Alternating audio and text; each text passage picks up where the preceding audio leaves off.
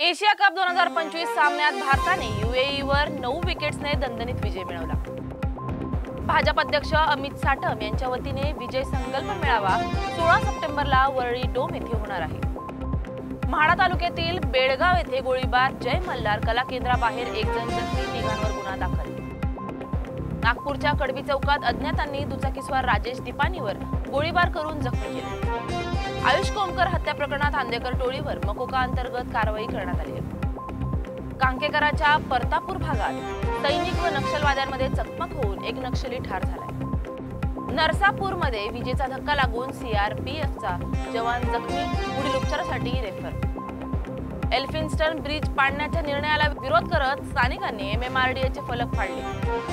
हिंगोलीचे खासदार नागेश पाटील आष्टीकर यांच्या पत्नी सुषमा आष्टीकर यांचे उपचारादरम्यान निधन झाले।